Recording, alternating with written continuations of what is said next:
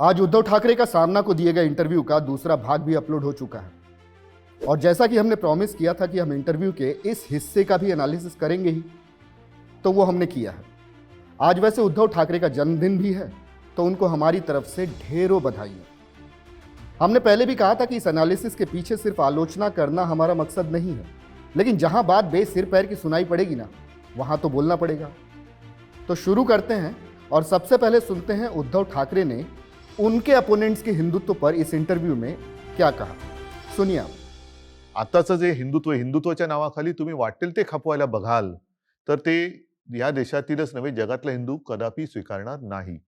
आणि म्हणून प्रत्येक गोष्ट जसं आपण म्हणतो ना, ताकचुरा फुंकून प्यायची वेळ येते, तसं यांचं हिंदुत्व तपासण्याची वेळ आलेली आहे। तो सुना आपने, उद्धव ठाकरे उनके अपोनेंट्स के हिंदुत्व की पड़ताल करना चाहते हैं। वो कह रहे हैं कि बीजेपी सबको भ्रष्टाचारी कहती है और फिर उन्हीं से हाथ मिला लेती है। क्या यही बीजेपी का हिंदुत्व है? अब ये बात कुछ जमी नहीं। अपने अपोनेंट्स को टारगेट करने के लिए हिंदुत्व की ये कौन सी परिभाषा बता रहे हैं आप उद्धव साहब? हिंदुत्व की कोई बहुत सारी परिभाषाएं नहीं है, हिंदुत्व सिर्फ एक है, उसकी परिभाषा भी सिर्फ एक है। आपने हिंदुत्व छोड़ा ये आरोप लगने के बाद ही तो आप शिवसेना से हाथ धो बैठे थे ना।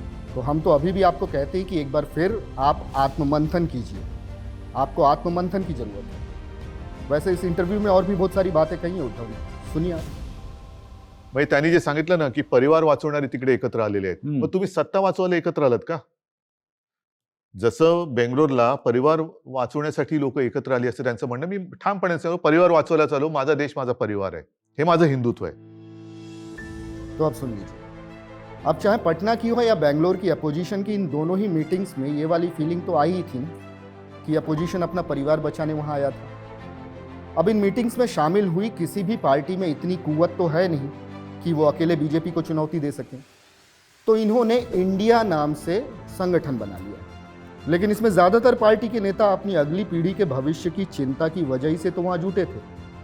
सोनिया गांधी को राहुल के भविष्य की चिंता है, लालू यादव को तेजस्वी यादव की चिंता है, ममता बनर्जी को भी अपने भतीजे अभिषेक बनर्जी की चिंता तो है ही ना, और उद्धव साहब आपको भी तो आपके बेटे आदित्य की चिंता है ही ना। तो फिर कोई ये बोल दे कि आप लोग अपना परिवार बचाने जुटे थे, तो क्या गलत बोल दिया? आप वैसे शब्दों के धनी हैं, एक अच्छे वक्ता हैं, तो देश को अब अपना परिवार बनाकर इमोशनल कार्ड खेल रहे हैं। खैर आगे सुनिए उद्धव को। एकच सांगतो, राम मंदिराचा प्रश्न संपलाय, तुम्ही मगाशी बोललात, राम मंदिराचा प्रश्न सुटला कसा? कोणी सोडवला? न्यायालयाने। बरोबर आहे। मग तुम्ही बाबरीच्या वेळेला जबाबदारी घ्यायला तयार नव्हतात, राम मंदिराचा निर्णय तुम्ही घेतला नाही, मग राम मंदिराचं श्रेय कसं घेऊ शकता? तो सुना आपने। अब देखिए ना, इस बात पर हम उद्धव ठाकरे से आंशिक रूप से सहमत जरूर हैं, क्योंकि बाबरी मस्जिद पर पहला हथौड़ा चलाने वाला एक शिवसैनिक ही था और ये बात दिवंगत बाला साहब ठाकरे ने सीना ठोक के कही थी। लेकिन ये क्या कि सारा श्रेय आप खुद ही लिए जा रहे हैं? अगर राम मंदिर बनाने में सिर्फ आपका संघर्ष था, तो फिर लाल कृष्ण आडवाणी, मुरली मनोहर जोशी, अशोक सिंघल, गिरिराज किशोर, विनय कटियार, उमा भारती जैसे नेताओं के ऊपर मुकदमे क्यों चलाए गए? राम मंदिर हिंदुस्तान में रहने वाले हर सच्चे हिंदू की प्रार्थनाओं से साकार हुआ है उद्धव साहब। इसका क्रेडिट आप अकेले नहीं ले सकते। 1992 में तो आप शायद वाइल्ड लाइफ फोटोग्राफी कर रहे थे, सक्रिय राजनीति में आपका कोई रोल भी नहीं था। तो राम मंदिर बनाने के लिए जिनके वाकई में खून बहे, उसका अंदाजा आपको कैसे हो गया? खैर उद्धव ठाकरे को आगे भी सुनते हैं।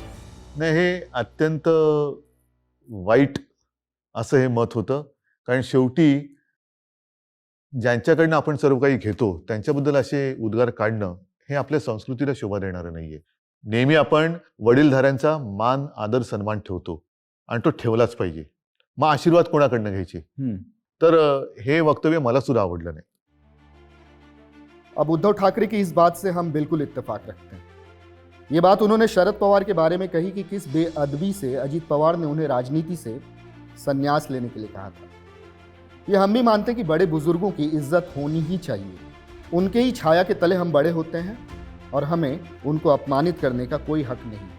लेकिन इस देश में जैसे ये परंपरा बन चुकी है कि यहाँ राजनेता स्वेच्छा से रिटायर ही नहीं होना चाहते। इस विषय पर हमने एक वीडियो भी बनाया है जिसमें बहुत से बुजुर्ग नेताओं का जिक्र किया गया है।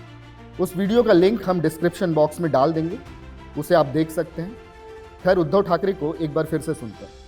उद्धव ठाकरे एकटा व्यक्ती नाहीये. उद्धव ठाकरे म्हणजे बाळासाहेबांचे विचार आहेत. हम्म. तसंच मोदींच्या विरुद्ध ही लढाई नाहीये, तर हुकुमशाहीच्या विरुद्ध ही लढाई आहे. यहाँ पर भी हम उद्धव ठाकरे से सहमत हैं. उनकी ये लड़ाई एक स्वस्थ लोकतंत्र की पहचान है. उद्धव ठाकरे की लड़ाई मोदी से नहीं बल्कि तानाशाही से है और होनी भी चाहिए. किसी भी देश के लिए तानाशाही खतरनाक होती है और उद्धव ठाकरे अपनी इस लड़ाई में कामयाब हों, उनके जन्मदिन के मौके पर इससे बड़ी शुभकामनाएं कोई क्या दे सकता है. आज के इस वीडियो में हम संजय राउत की ज़्यादा बात नहीं करेंगे क्योंकि वो तो सिर्फ अपना काम कर रहे थे. उनको जो पूछने के लिए कहा गया था वो पूछ रहे थे, इसलिए उनकी ज़्यादा चर्चा की ज़रूरत नहीं है. उनको रहने देते हैं आज के लिए. आपको ये हमारी समीक्षा कैसी लगी ये हमें कमेंट करके आप बता सकते हैं. And keep watching the big bench tele.